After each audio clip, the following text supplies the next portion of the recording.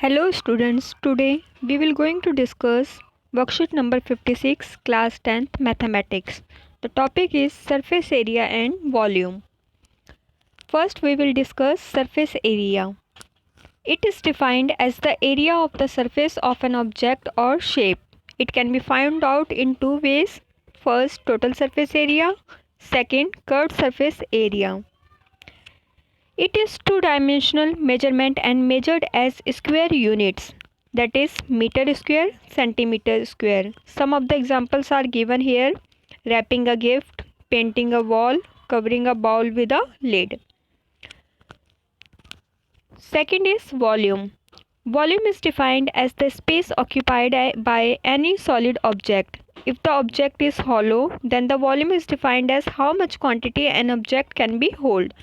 For hollow objects, volume is termed as capacity. So, volume क्या होता है? किसी भी ऑब्जेक्ट में कितनी क्वांटिटी या कितना अमाउंट आ सकता है, जैसे कि एक ग्लास के अंदर कितना पानी आ सकता है, वो उसकी कैपेसिटी कहलाएगी.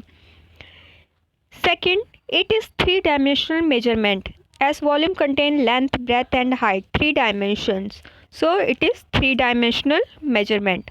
So the unit is meter cube, centimeter cube, etc. Some of the examples are here: water in a tank, match boxes in a packet, soup in a bowl. These are the examples of an volume.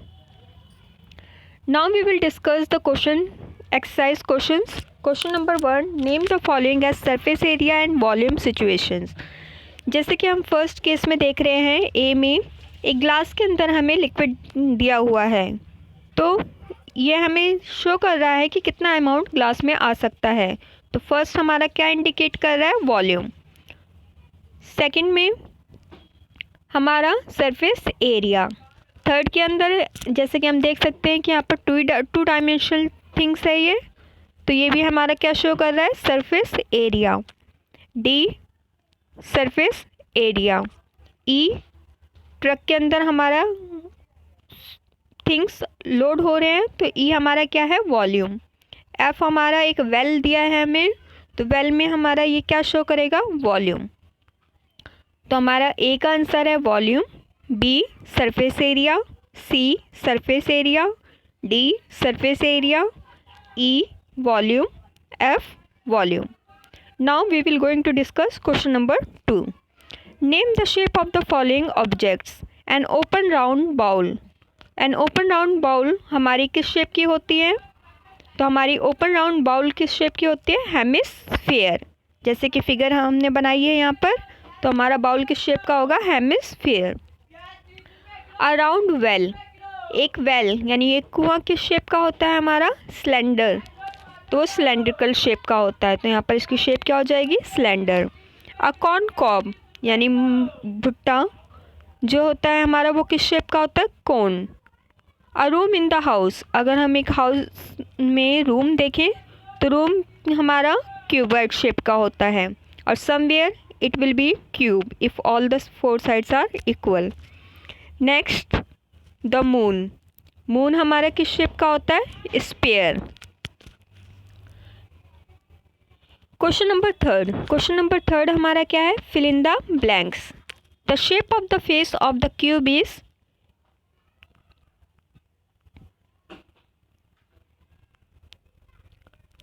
The shape of the face of the cube is.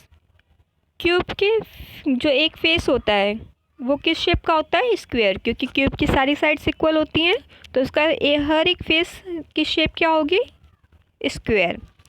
Second, a dash one folded become a slender.